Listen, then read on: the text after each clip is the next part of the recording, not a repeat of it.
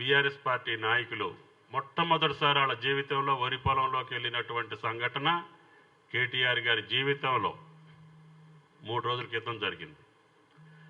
అంటే తెలంగాణ ప్రజలు గమనిస్తున్నారు మీ గతం ప్రభుత్వంలో మీరేం చేశారో, ఈరోజు మళ్ళీ మీరు ఏం మాట్లాడుతున్నారు.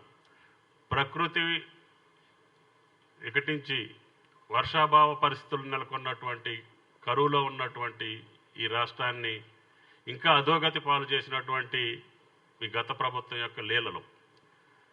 తక్కువ వర్షపాతం ఉన్నప్పుడు శ్రీశైలం నాగార్జున సాగర్కి నీళ్లు రానున్నప్పుడు మీరు మొదటి పంటకే నీళ్ళు ఇవ్వాల, అంటే వానాకాలం పంటకే నీళ్ళు ఇవ్వనటువంటి ఆ పాలకులు రెండో పంటకి నీళ్ళు ఇవ్వలేదని నెపం ఈ ప్రభుత్వం మీద నెట్టడం అంటే వీరెంత దుర్బుద్ధితోటి, ఎంత దుగ్ధతోటి, ఎంత అధికారం కోల్పోయినటువంటి బాధతోటి